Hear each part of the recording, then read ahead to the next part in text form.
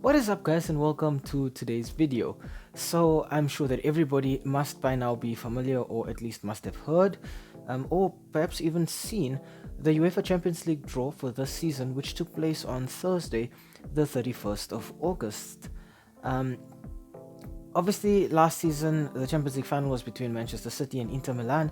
I think obviously a lot of people expected City to be in the final because they were just so dominant from start to finish domestically on the European stage. City were taking no prisoners.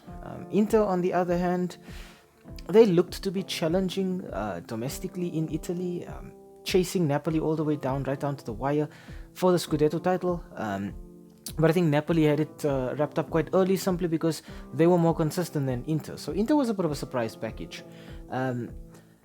But this season there's some returning faces to the Champions League teams that we have not seen in the Champions League for quite a while, like Newcastle, if ever.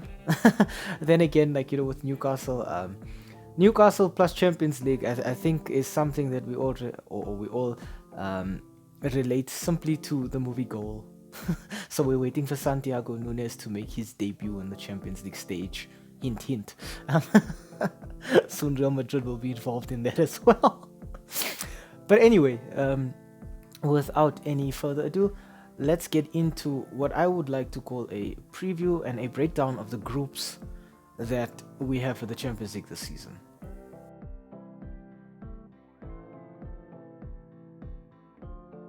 Okay, so firstly, Group A sees German champions Bayern Munich and then Manchester United, Copenhagen and Galatasaray. It's a fairly balanced group. I think already you can see that the two heavyweights in the group are Bayern Munich and Manchester United.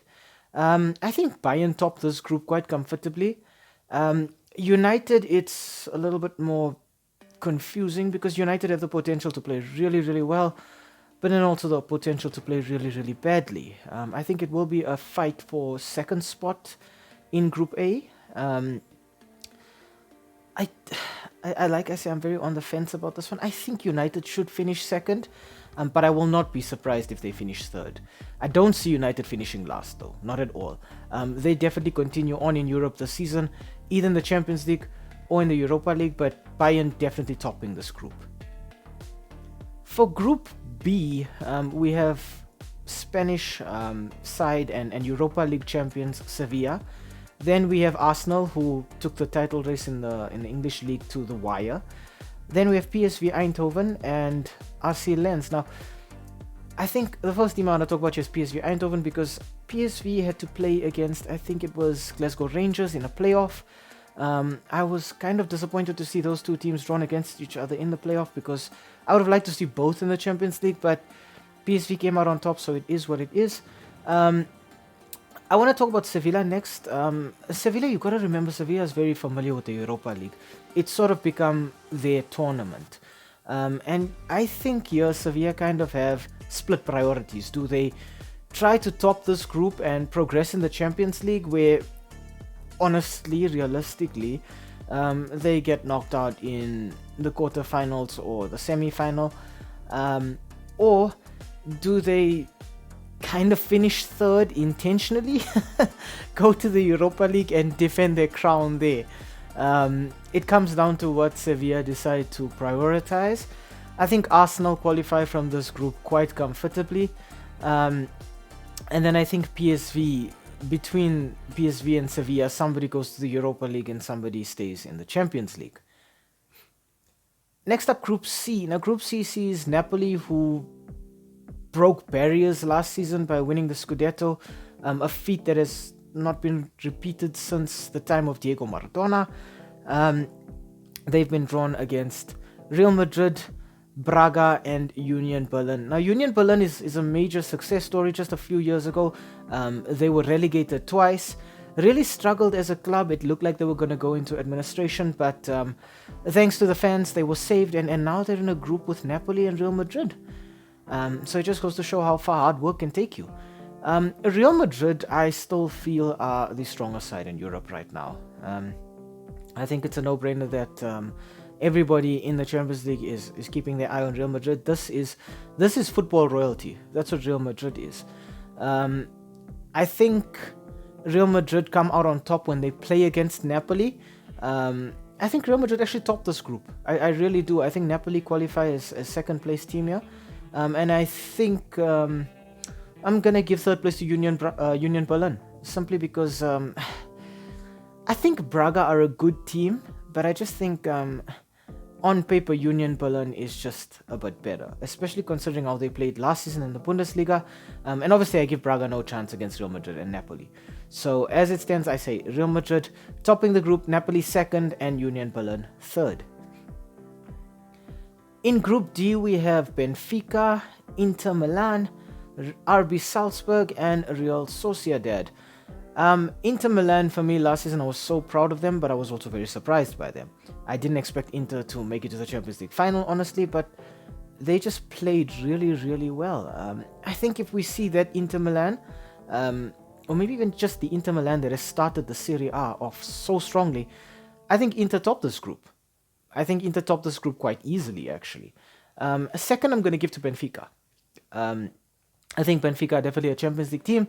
I think they've got just a little bit more quality than Sociedad, who I'm going to put in third. And then Salzburg go home. that's pretty much it.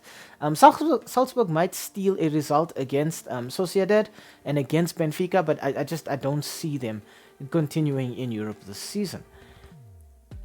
Group E gives us Feyenoord, Atletico Madrid, Lazio, and Celtic.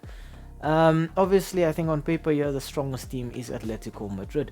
But Atleti have kind of been inconsistent over the last few years, and I think that's been biting them in the backside in the Champions League since then. I do think Atleti should top this group. I think Lazio second.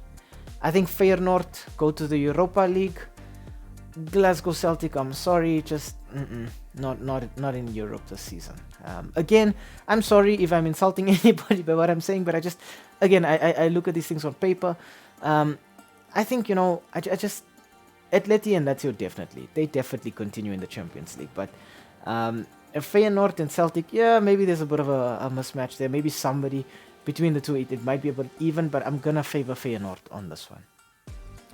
Group F. Now, Group F is definitely the group of death. Group F for football.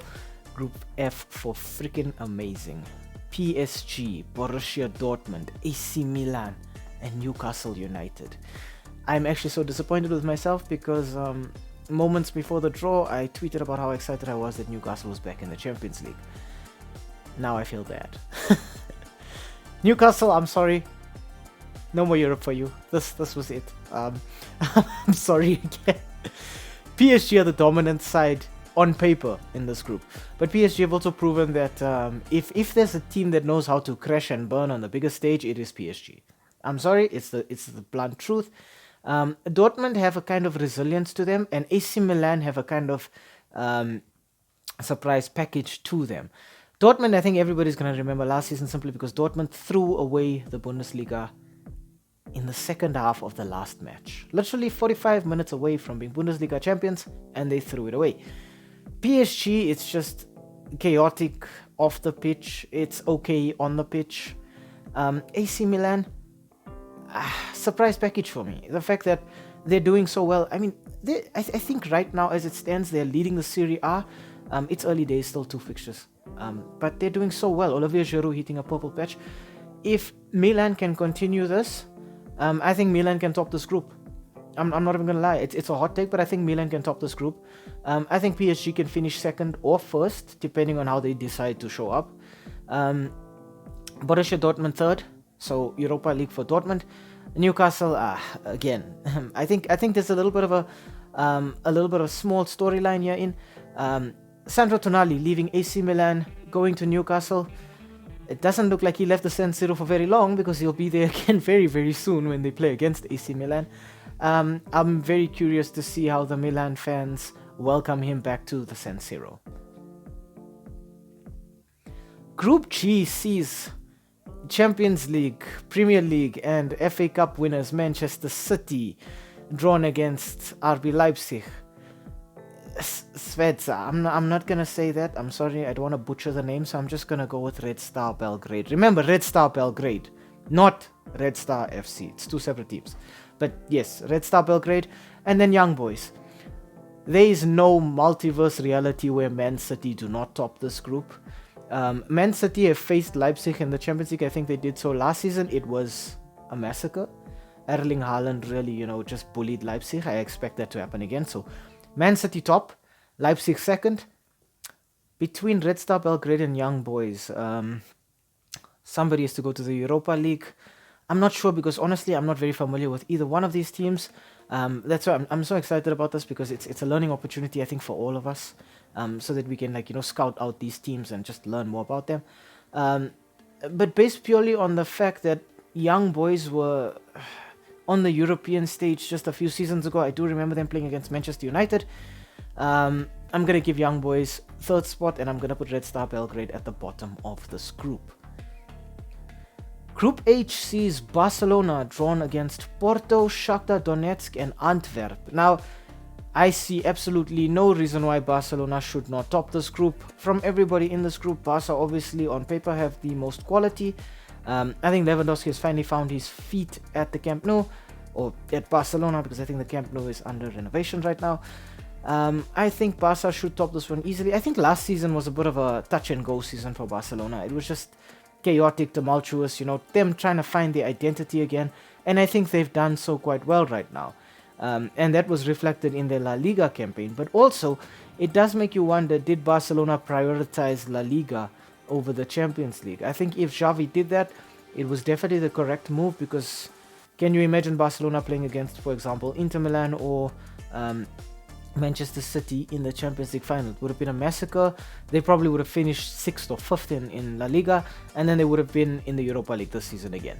So I think they topped this one quite comfortably. I mean, even in the Europa League, Barcelona fans can make the argument that against Manchester United they didn't play their best because they had crucial players who were injured.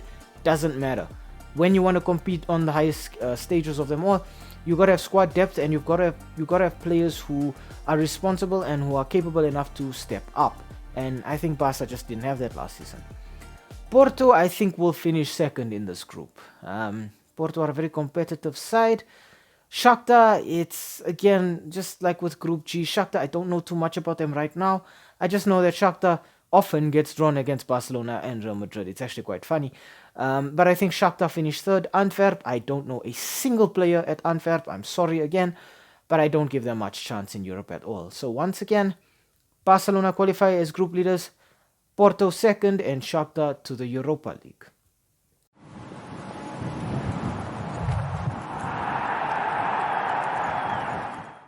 Hi, thank you for making it to the end of this video. We really appreciate the watch time. And the fact that you took some time out of your day to spend it with us talking about the sport that we all love. If you enjoyed the content, why not, drop a like down below or comment in the comment section. Maybe even consider subscribing to the channel. And I mean, while you are here right now, have a look at some of our old videos too. They should be appearing on the screen right now, along with that subscribe button. So you know exactly what to do. Thank you so much. It really helps with the YouTube algorithm. And have a great day out there. And we hope to see you again very, very soon. Thanks. Stay safe.